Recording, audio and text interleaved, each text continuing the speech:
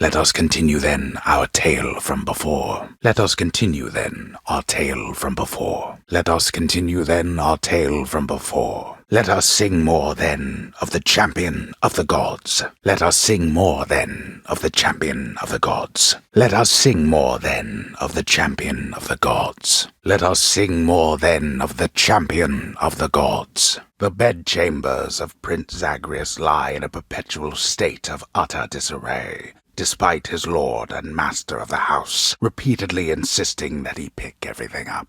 The infernal wares of the Stygian boatman Charon lie sprawled about, available for sale to whomever would be willing to quench the boatman's great thirst for riches. The courtyard of the house of Hades is kept neat and orderly, in contrast to the terrifying sprawl that lies beyond, composed of such innumerable, ever-shifting, interlocking chambers.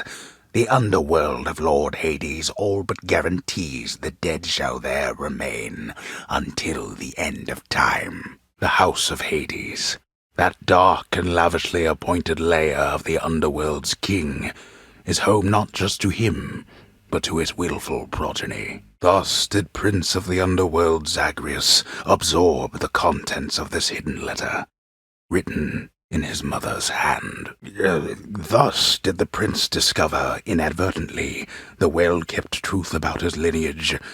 Entirely by chance, this did occur. Persephone, the one-time queen of all the underworld. Where had she gone? And why? Engulfed by newfound questions and his rage, the prince decided to confront his lord and master. All is quiet at this time. Ever-dreaming Hypnos put a spell upon the house, as willful Zagreus had asked of him. All are fast asleep, save for the prince. It is exactly as he planned. He ventures toward the stately throne of his lord-father, half expecting to be caught, but ill expecting what he is about to find. He does not know exactly what he seeks. He only knows that something always has felt off to him, that he does not belong. Who is he, really? Lord Hades never would indulge such questions, so Prince Zagreus would find out for himself. He rifles through his lord-father's possessions. There is not much of any import there. Ledgers and administrative parchment work. Correspondence from Olympus which he had ignored. No trace of any reference to his son. But then there is the note. Written finally in a hand and voice the likes of which the prince had never seen or heard. Cerberus looks mournfully toward the prince. The prince and Cerberus exchange a look. The watchdog Cerberus observes the prince. Cerberus cannot be bothered at this time. Cerberus is comfortably at rest, observing all. Cerberus lies as ever at the foot of his lord-master's throne. Cerberus makes no attempt to move. Cerberus is busily considering upon what else to gnaw. Cerberus goes about his business, gnawing in this case. Cerberus is preoccupied with scratching and biting at himself. Cerberus is uninterested in conversing at this time. Cerberus promises to do exactly that, in his own way. The watchdog Cerberus merely sulks upon his supple bedroll. Cerberus is overjoyed to have received such a delicious treat. Cerberus yelps in merriment upon receiving such a generous offering. Knowing the watchdog's never-ending appetite for treats, the prince obliges him. As one of Cerberus's heads receives the prince's gift, another muzzles something back into his hand. Each time the prince delves back into the underworld, its ever-shifting chambers realign to frustrate his attempts to perhaps map it out. The lounging area within the House of Hades is a dismal place to be, in spite of its intended purpose to enliven the house's grim inhabitants. Shades of the dead mill constantly within the house, complaining of their woes, and seeking audience from any who would listen. A place of calm and respite, whilst perhaps unimaginable in the underworld, occasionally is to be found, in fact. The path from Tartarus is finally laid bare. Far above, the heat from Phlegethon, the river of flame, is faintly felt already, even as its dangers lie in wait. Within the suffocating heat of Asphodel reside the vast majority of those who lived upon the earth and died. There they persist until the end of time, the deepest reaches of the underworld, the void from which all life and consciousness sprang forth during the dawn of time, the realm of chaos, a land almost unseen even to denizens of Death's kingdom. It is the dead of night, or the approximation of it in the realm of Hades.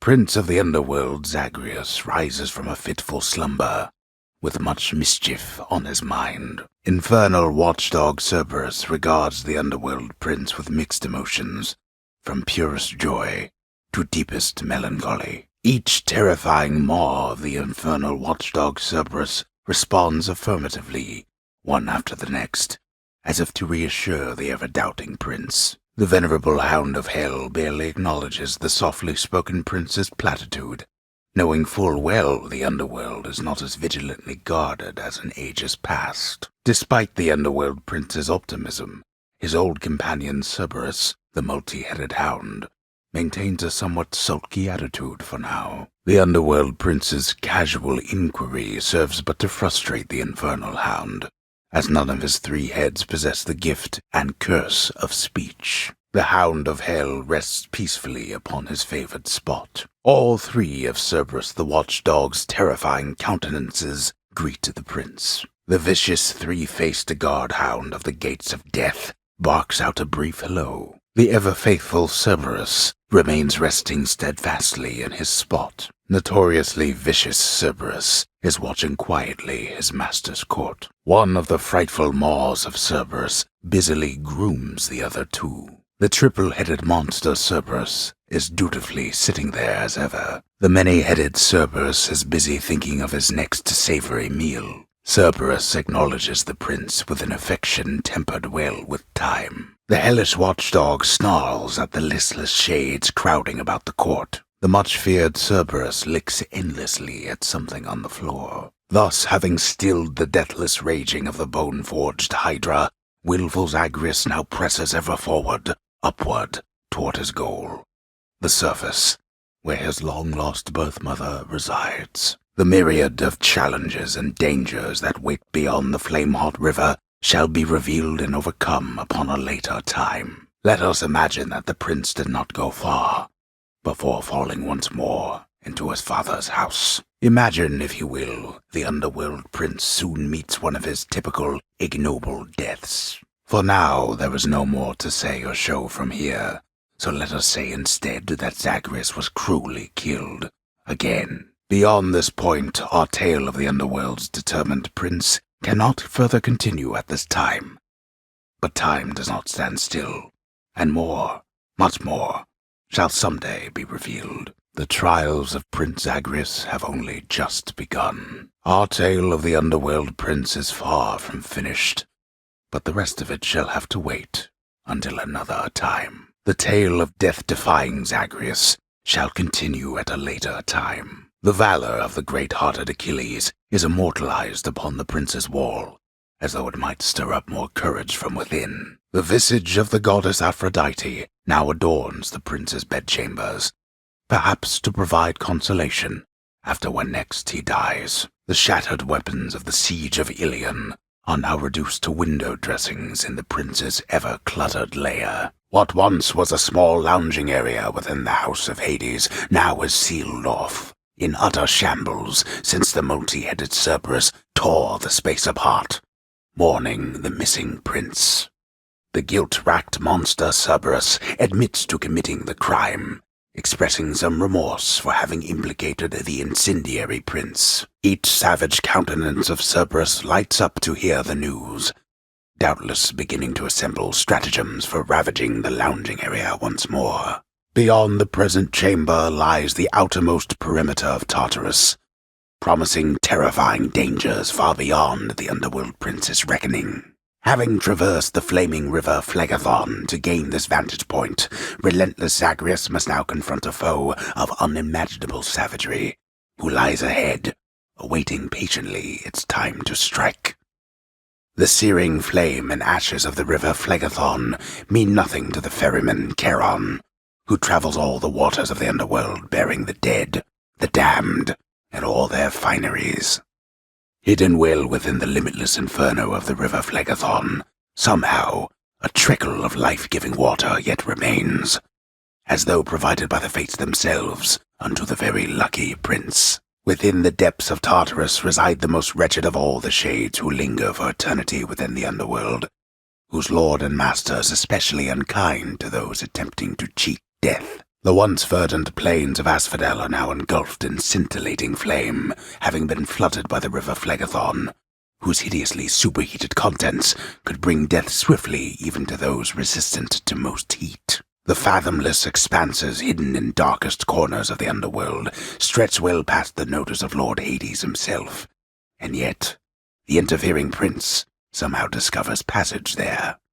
Within the underworld's quietest, most solitary, darkest abyss lies hidden evidence of the beginning of all things, of chaos, the most ancient sculptor that has shaped this world. A beautifully decorated, subtly enchanted ball containing traces of the hapless prince's past attempts to flee the underworld now accents a particularly cluttered corner of his room. The underworld prince is getting rather good at this, but let us say he perished anyhow. Alas, the wisely spoken Zagreus stumbled upon a pit of deadly spears, perhaps. Then, valiantly striding Zagreus was set upon by 7 bloodless slam dancers and slain, or something of the sort. The duty-shirking prince then met another of his fated deaths, in fashion best left to imagination. Prince Zagreus proceeded onward toward a certain doom, entirely too graphic to describe. Beyond this point lies such a horrifying fate that we had better speak no more of it for now. Just then, how about a very small, yet very deadly beetle landed upon Hydra slaying Zagreus, ending his attempt. The never-learning Zagreus then carelessly fell off a precipice or something, plunging him into the rapids of the Styx. The unrelenting underworld prince again vainly attempted to proceed beyond the current limits of this tale. The hint-ignoring prince again attempted to transgress, to no avail, into domains not yet prepared for his arrival. The burning fields of Asphodel again proved unable to stop the flame-resistant prince, but then misfortune struck, just like it always does. Although there are innumerable ways for one to die, our danger-seeking prince has come to know a sizable variety. The clever-minded prince again eluded certain death, up to a certain point, but then, predictably, made one of his fatal mistakes. Again, the master of this realm, Lord Hades, states that death is inescapable. There is considerable credence to his claim. The oft-impatient Zagreus appears to take repeated deaths in stride, and so, here comes another one for him. Concealed in the dark recesses of the underworld is the land of Erebus, wherein the dead await eternal sentencing. They long for the attention and good graces of their master, the Lord Hades. The river Styx flows infamously through the underworld, offering the boatman Charon expeditious travel from the realm of mortals to the lowest depths, where many of their shades reside forever. The rare heavenly splendors of Elysium, reserved for only the most great of mortal souls, spread forth luxuriantly all about the fire-stepping prince. The enshrouded river of forgetfulness, Lethe, flows through the hallowed chambers of Elysium, numbing old pains and memories of the most noble shades residing there. Within the delicately hewn constructions of Elysium exist places of peace so utterly serene and absolute as mortal kind is seldom to experience during the average short and often painful coil. The vast and multitudinous riches of both the surface and the underworld are hoarded by the river boatman Charon, whose services are often tendered to the wealthiest within Elysium. The magnificently ominous facade of the great Elysian Stadium looms tall above the rabble-rousing prince, as if to goad him into such a competition which he cannot hope to win. Amid Elysium's moss-covered chambers, carved of stone, stand untold numbers of eternal monuments in tribute to the greatest heroes which mortality can offer, there to honor them in life as well as death.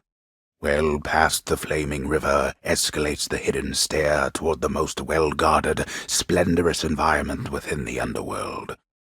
The heavenly Elysium, home eternal to the greatest souls which ever lived. The god-forsaken Minotaur impresses then upon a parchment a brief message to the god of sleep, and gives it to the favor-asking prince. Having ventured successfully much farther than before, the surface-seeking prince encounters setbacks far too hideous to be described. Thus did the fate-confronting prince traverse Elysium, where he discovers, to his great dismay, such horrors as can only be detailed at some other later time. As hero thwarting Zagreus approaches perilously closer to the surface, he perhaps gets caught within a rockfall of some sort. With oft undocumented dangers of Elysium well behind him, now Prince Zagreus faces an even greater threat, one which I shall get back to you about. Whilst well within arm's reach of victory, the bold defeating prince succumbs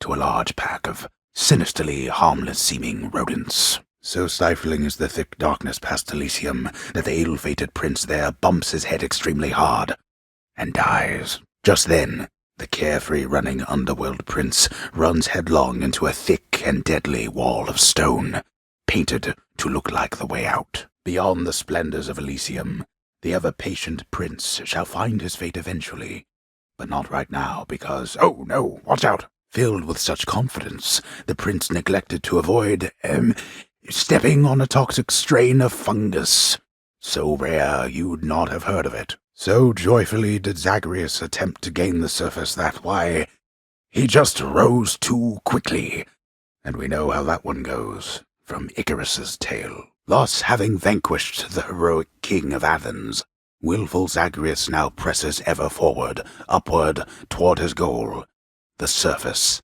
where his long-lost birth-mother resides. Pretend our deftly-footed prince did not survive the boastings of the champion back there. The multi-headed Cerberus stands vigilant before the underworld's entryway.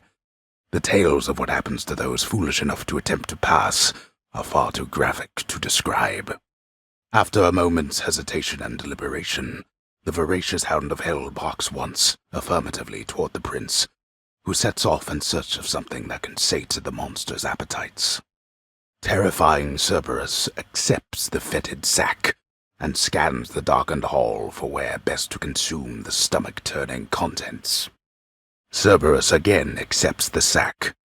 At last the willful prince has ventured all the way up to the surface of the mortal realm, yet still he is encased within the earth itself, the gateway to the underworld, a threshold from which there is no escape.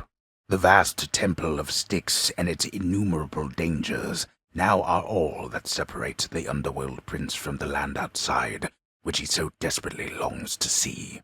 Not far from here, the dead begin their journey to their final resting place down in the depths below, and so the river boatman Charon often passes through.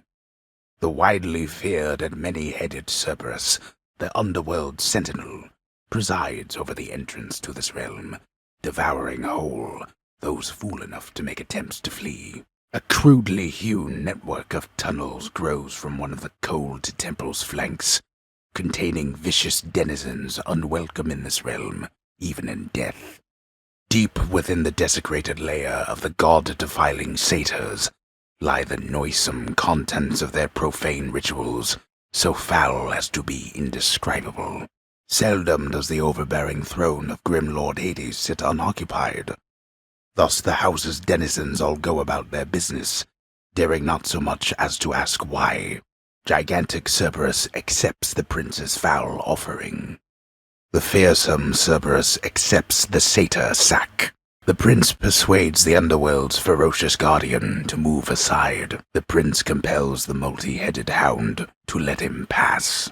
Thus has the prince again persuaded fearsome Cerberus to get out of his way.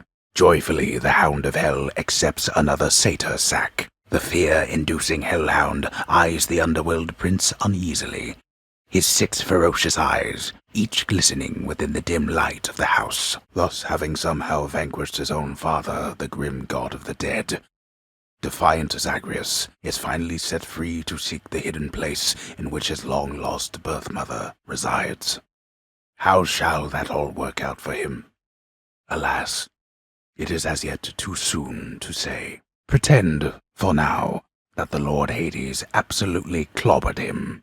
Having somehow defeated grim Lord Hades in a thrilling fight, Prince Zagreus discovers it was all a dream. A rather deadly nightmare, actually. Despite having transcended past the confines of the underworld yet again, Prince Zagreus proves utterly unable to get past this point.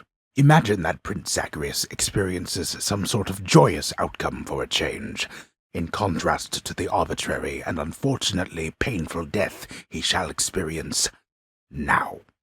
After defeating his Lord Father yet again, Prince Zagreus begins to shiver and catch cold, and, as is well known, there sadly is no cure for such a thing. As he explores the wonders of the world, Prince Zagreus discovers a quaint farm in which he carelessly trespasses, stepping on a farming tool which swoops up and strikes him in the forehead, fatally. One might suppose the prince's tale most likely ends akin to other tales of the heroes of our time, like so.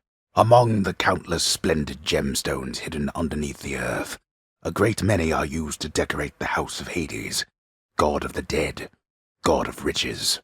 Water is the source of life, yet still it flows within the darkest underworld recesses, whilst restless shades of mortals look upon it and recall the short days they could drink it and draw breath. The gemstone-bearing prince commissioned such a finely crafted fountain for the house that all the shades who witnessed it still think of him quite fondly ever since. A commemorative board adorns one of the stoic walls within the lounging area, celebrating and proclaiming the accomplishments of those who serve Lord Hades best of all. The dead have utterly no use for sustenance, although they try to feast upon it anyway, as though imagining the customs of the mortal life brings them some sense of peace. Having invested heavily into the cooking area within the House of Hades, the empty-stomached Zagreus can nonetheless find nothing fit to eat. From within a humble residence in Asphodel reverberates the golden-sounding voice of lorn Eurydice, who once attempted to escape the underworld and failed utterly, much like Prince Zagreus. The favor-doing Zagreus then walks into a chamber black as night, but with a blood-red pool, and from it comes a voice which says, "Would you mind diving in these waters, Prince?" To which the prince replies, "Oh, sure." Mere moments from his final victory, the prince, in his great haste, ignored surveying each side of a rather busy crossing, where a swiftly passing chariot collided with him very forcefully. The often dying prince, having achieved his purpose, then reflects upon his life and deeds, remembering his many past demises with such vivid clarity that this occurs. In his great hurry to explore the countryside, the hapless-footed prince steps on the peel of a most exotic, sallow-colored fruit, and tumbles backward with such sudden violent force that you know what occurs. There are a myriad of tales to be told, of both great deeds and of vainglorious defeats, and this has been a tale that falls somewhere in the middle overall. "He cannot kill me like this every time," believes the underworld prince. "He shall eventually have no more ideas." But the prince, as often is the case, is wrong. The fate-abetting prince perhaps believes it was through his own choice that he procured the fated list of minor prophecies, but it was preordained. Just when his victory was all but certain, a fissure opens underneath the feet of the ill-fated prince, and from it vents a cloud of superheated water vapor, steam, as it is known. And probably you know what happens next. Inside the filth-encrusted layers, carved into the looming edifices of the underworld, lie such terrible abominations that not even grim Lord Hades is inclined to speak of them. One of these days, or nights, not so very long from now, the prince may finally traverse beyond this point. And then, what shall become of him and I? Well, hopefully not this. A vast and intricately crafted mosaic depicts the underworld king presiding over the enormity of his domain, whilst its chthonic residents look on in awe of him. The ever-energetic prince alas remains incapable of sitting still, even with such a supple, comfortable seating arrangement nestled in his chambers now. A massive set of weights, positioned carefully in line of sight of any visitors, shall doubtless make them think the prince is stronger and in better shape than in reality. An object intricately carven solely for the purposes of recreation now resides within the pleasure-seeking prince's chambers, although his lack for an opponent limits its appeal. Within the house's gallery now sits the bust of a distinguished poet, ruggedly handsome in his age, who, although yet to earn his fated fame, shall probably be better known some day. A delicately crafted instrument of music-making now resides within the clamour-causing prince's chambers, doubtless fearing, if it could, his heavy-handed touch. Much of the softness of the richly woven rug the prince procured cannot be fully felt beneath his flame-licked feet. The frightful countenance of a bleached, bloodless warrior decorates the hall forevermore, eternally in tribute to the savage servants of the house's lord.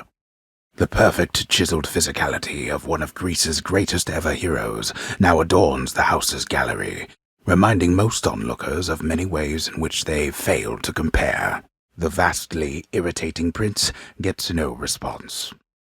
The prince decides he's better things to do. The often dying prince but wastes his time. Perhaps the good prince ought to do something else. Upon the surface realm, the mortal-loving prince would doubtless find that death still comes in a variety of different forms. One of the most common, yet perhaps least interesting, involves simply waiting long enough until the heavy-sleeping underworld prince arises, with the feeling that the brief nap he intended as a respite from the rigors of the day or night apparently was none too brief at all. Responsibility-rejecting Zagreus strides down his father's hall, quite unconcerned about the urgency with which he is expected to behave under a set of circumstances such as this. The door to the administrative chamber beckons just beyond the hall. The prince perchance believes that he may enter quietly, without drawing the notice of those laboring within. The day or night's duties are sheer simplicity itself, at least at first, as when the prince simply signs in to signal the commencement of his shift. The often failing prince attempts to sort the ledgers in the fashion necessary for the proper keeping of his father's realm. The training lacking prince's efforts to administer approvals to the judgment terms ultimately leave a lot to be desired. The hard-laboring shades responsible for the administration of the prince's father's realm merely look on at the prince's ill-fated attempts. The relaxation-loving prince never paid suitably enough attention to learn properly how to arrange the record bookings of the regions of his father's realm. This set of delicate responsibilities is easily achieved, at least by someone capable and trained to do the work, unlike the oft-distracted underworld prince. A careful record must be kept of all expenses paid within the house,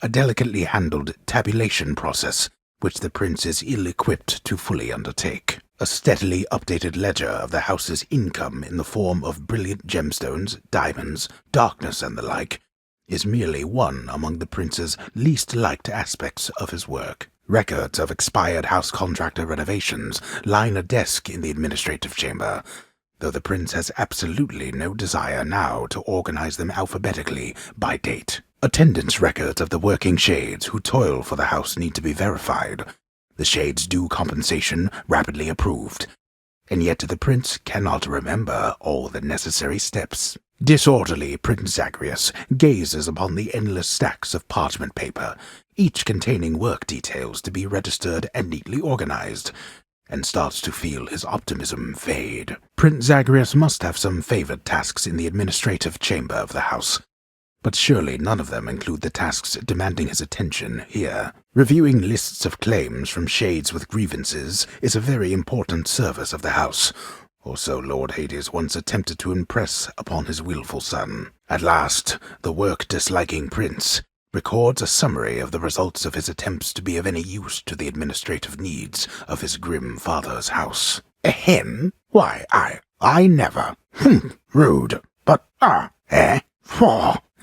Within the recesses of the administrative chamber lies the eldest sigil of the master's house, a symbol of the fate-given authority to rule beneath the earth, and means by which to travel the entirety of all that dark domain. Amongst the parchment records of the dead and punished are the sealed documents known as the Knave King's sentence, forcing said king to endlessly toil with a boulder till the end of time. Nestled among the towering administrative parchment work of the long-since deceased lies an old document concerning a special pact signed by a once-living court musician who attempted vainly to rescue his wife from death. A litany of complaints submitted by restless shades across the underworld must be evaluated, organized, and processed, but Prince Zagreus does not even know where to begin. Supplies on all the desks in the administrative chamber must be carefully maintained and neatly placed in a specific way, which the forgetful prince has not yet memorized in full. Security reports concerning failed escape attempts from Tartarus require timely verification and official response, neither of which Prince Zagreus is fit to give. The administrative chamber's ever-working shades remain utterly dedicated to their thankless toil, all because of an inspiring rendition of how dedicated they ideally should be. The cool, purified waters of the Styx are available in limitless supply to all servants of the god of the dead, authorized to work endlessly within the house administrative chamber. Having achieved his goal, the underworld prince discovers that the mortal realm is utterly bereft of the life-threatening excitement to which he has grown accustomed, and the lack of anything of note to do, the sheer mundanity, results in this. Buried deep within the archives, holding many binding pacts between Lord Hades and the dead, resides an old agreement, in exchange for services from an extraordinary warrior, for eternity within Elysium, for his dear partner. Thus was Hades, feared ruler of the dead, reunited with his long-lost bride, Persephone, the queen, and together with their firstborn son, Prince Zagreus, they would go on to reign eternally beneath the earth, in relative harmony. The queen's return marked an occasion of enthusiastic joy, so much as possible in that dark, gloom-filled realm of the dead. And even after all this time, Olympus never did discover what transpired there, in the underworld. Thus did all of Olympus journey deep into the underworld, all together, for the very first time. The queen Persephone revealed herself in all her splendor, much to their surprise, and told them everything she indicated to her son. After the shock subsided, the festivities began. When finally the great feast ended, all the Olympians returned to their mountain abode, fully satisfied. As for the house of Hades, it required thorough cleansing, from the rafters to the floor. Such revelry, of course, is unbecoming of the name of Hades, and the fearsome reputation of the underworld. For if mortals were to have no fear of death, then they would have no fear of anything at all. A well-kept family secret, then, this would live on to be. The surface treat-devouring hound of hell provides the queen a most decidedly affirmative response. In his lord father's very private chambers, Zagreus, the lock-removing prince, discovers a most delicately painted likeness of none other than Persephone herself. A coat of dust suggests it has remained here for some time. The stoic lord and master of the house possesses wealth beyond imagining, a portion of which he has used for a crisp set of attire for every passing day. The ghoulish features of the much reviled hound of hell all soften instantly upon the mention of a certain name. Briefly, then, the monster is at peace. The monstrous triple-headed beast of Hades would perhaps be overcome with pure emotion by the joyous circumstances, were he only capable of this. How infernal Cerberus, the hound of hell, managed to maintain civilized behavior throughout the duration of the recent feast remains a mystery to all who attended. The delectable taste of nectar is enough to briefly sate even the ferocious appetite of the hound of hell. Though having little appetite remaining for the lightness of nectar's flavor, the multi-headed monster of the underworld nevertheless accepts The 6 eyes of the hideous hound of hell go wide at once from having received the exquisite gift of rare Olympian ambrosia. The creature is rather beside himself. The underworld prince's next attempt to bribe the monstrous triple-headed hellhound into further liking him proves once again successful, as the kingly gift of heavenly ambrosia is beyond compare. The bond between a hound and its master is as hard as adamant. Cerberus, the fearsome monster born of hell and guardian of its gates, answers firstly to the prince's father. But it turns out, the prince may be the next best thing. Prince Zagreus implants in the impressionable, vicious watchdog of the underworld a new appetite for more destruction, to be sated in another age. Thus asks the prince his question of the guardian of the gates of hell, knowing full well the multi-headed monster keeps a wide berth of the river boatman.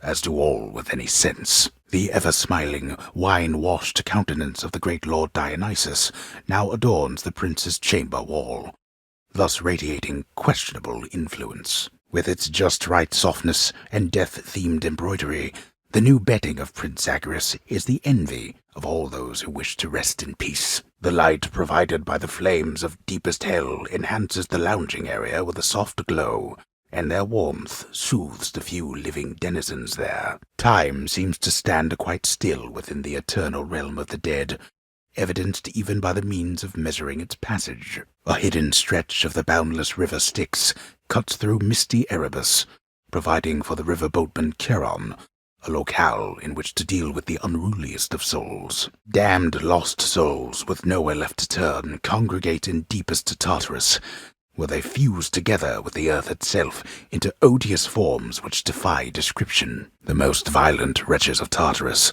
are sealed away even from other condemned souls, their only visitors, those fool enough to attempt escape. The act of sorcery often ends in an untimely death and an eternity in Tartarus for careless souls, though some are able to perfect the trade and take up permanent residence elsewhere. The burning embers in the eyes of monstrous Cerberus, notorious hound of hell, reveal that he too is amenable to the pets of which the underworld prince speaks, and in fact is deeply grateful for the quantity of them. Thus, having once more gained the surface of his grim-faced father's realm beneath the earth, resourceful Zagreus makes his way toward the one-time abode of radiant Persephone. It is a journey of considerable distances, which he has already completed many times, and which has always ended in the same result.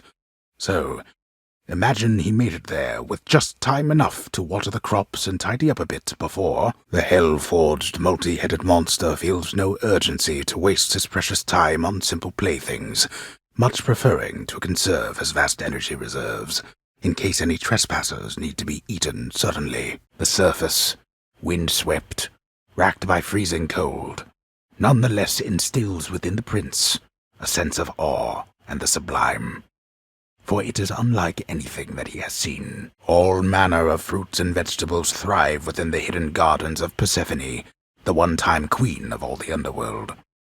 A world of life, far from the realm of death. Having gained the surface once again, Prince Zagreus breathes deeply of the wildflowers and the roses and the like, among which one of them contains an allergen so intolerably potent that it causes this. As he journeys to his mother's cottage in the cold, loudly speaking Zagreus calls out to hear the echo of his voice, the blast of sound causing a substantive amount of ice and snow to break off from a nearby mountain top and fall, and so complicated is the path to the well-hidden cottage of Persephone that surface-walking Zagreus, on this particular occasion, sadly zigs instead of zags, plummeting from off a precipice into most familiar waters. Amid the wondrous, ever-springing garden of Persephone, Prince Zagreus discovers a greenish plant of some sort, supple-skinned and covered all in spines, a bit too small to see,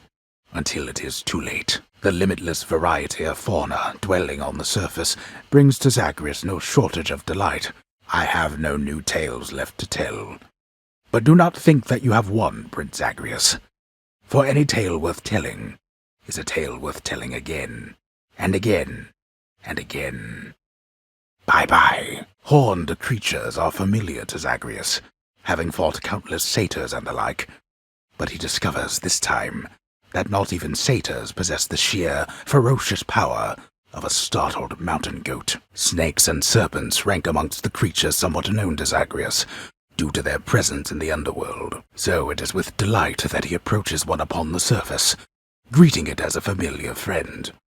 It greets him venomously back, using its fangs. Once more, tenacious Zagreus achieves his lofty goal, and just as every time before, except with some sort of new twist of fate, perhaps, he goes a little distance, then he dies. Having already seen the splendid cottage of Persephone sufficient times, the stubborn underworld prince nevertheless attempts to go there once again, although his memory of it shall have to do. Reflecting on his victory, Prince Zagreus observes how death can take hold in so many different ways, at times quite slowly, and at other times, the ancient casks of wine hidden within the recesses of the house of Lord Hades.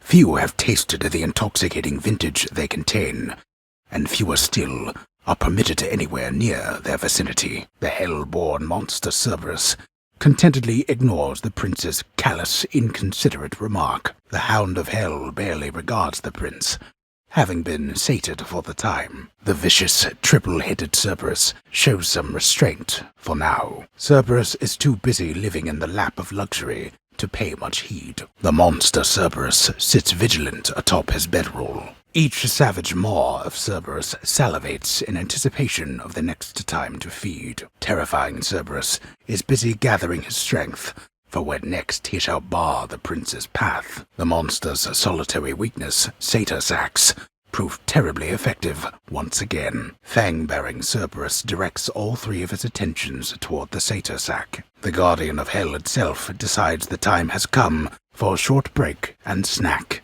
Prince Zagreus once more offers to Cerberus one of his favored sacs. Cerberus moves for no one, but for satyr sacs, he can make an exception. Vigilant Cerberus decides to look the other way this once. Each violent countenance of Cerberus agrees the satyr sac must be destroyed. After deliberating briefly, Cerberus concludes that yes, he shall accept the sack. The unrepentant monster Cerberus is thoroughly incapable of showing neither restraint nor remorse. The garden of Persephone the Queen, off limits to the prince throughout his life, now is laid bare to him at last in all its splendor. The ever-vigilant and terrifying Cerberus merely accepts the praise. She eloped with grim Lord Hades, she said, mothering a fire-stepping prince who sought to reconnect with his extended family. Hades and Persephone at first refused his wish, but so moved were they by his relentless struggles to the surface that at last they decided to heed their willful Zagreus and reach out. For his and everybody's sake. The Olympians listened to all this in stunned silence. Then Zeus himself began to laugh. "Welcome back into the family," he said, though when he makes an effort to communicate with one, its eyes so full of calm intelligence, he learns that bears are not as gentle as they seem. The Erinyes, known also as the Furies, they are the trusted sentinels of Lord Hades, charged with torturing the worst of mortal kind, and ridding the underworld of any fool enough to trespass where they do not belong. None other than those in the trusted inner circle of Lord Hades are authorized to enter the intricate chambers connecting the vast regions of the underworld.